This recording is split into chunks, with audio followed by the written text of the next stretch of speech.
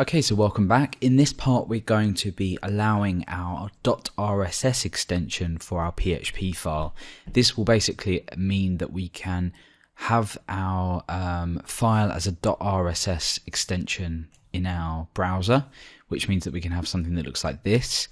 And this will then be executed in exactly the same way. So we'll have a dynamic RSS feed with an RSS extension. Now you saw just a moment ago I had my http.conf file open in my text editor, and I also had this open. This was just to demonstrate where to find this. So I'm using XAMPP, so it's in C drive, XAMPP, Apache, and then conf, and this is the httpd.conf file. So what we're going to do here is we're going to go ahead and do a search for add type, and this is going to bring us to where we can define what files are read in terms of our server. So basically what we're going to do here is we're going to go ahead and add an additional type that allows PHP files to be read with the RSS extension.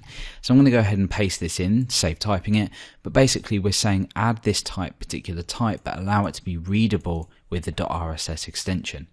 So once you've done this, you're going to need to go ahead and save and close your httpd.conf file, and you'll need to go ahead and restart Apache.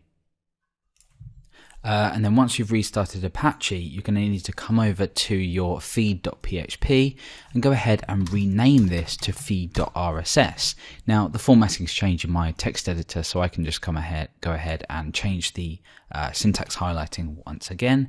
I'm going to come over to my browser, and this time instead of feed.php, I'm going to change this to feed.rss, and you can see there's absolutely no difference here.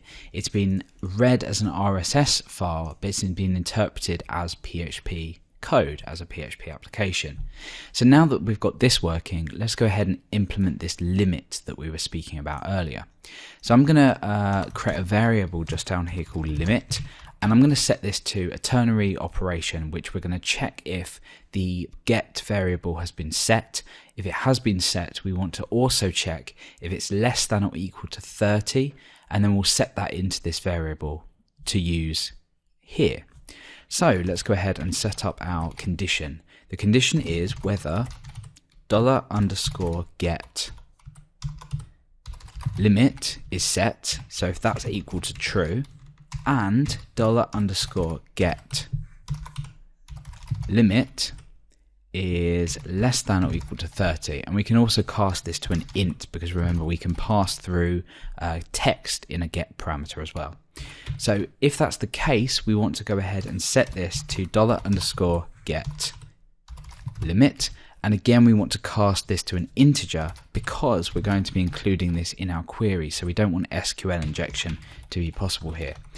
Otherwise, we're going to set this to a default of 10. So basically, if limit hasn't been defined, we're going to set this to a default of 10. Or if the user specifies a number over 30, we're going to set this to 10. Otherwise, we're going to set this to the limit that's been defined. So well, I guess we also could check whether this is set to 0. So we can say and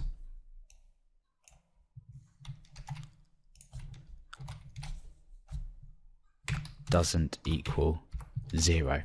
So it can't equal 0, it has to be less than 30 or less than or equal to 30, and it obviously has to be set. What we can then do is pass this into our query. So let's go ahead and check this out. Hit enter, nothing's changed, we've still got 10 results here. Now let's go ahead and say limit equals 5. You can see that this has been limited to 5. We can do 1. We can do 0, but that will then revert to our 10. We can also do 30. However, we cannot do more than 30. It will just stay at our 10 limit.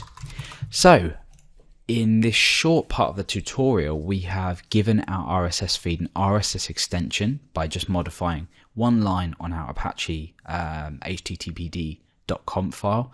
And we've also implemented this limit here that allows the user using this RSS feed to specify how many stories or new stories or whatever the data is to be displayed in this RSS feed.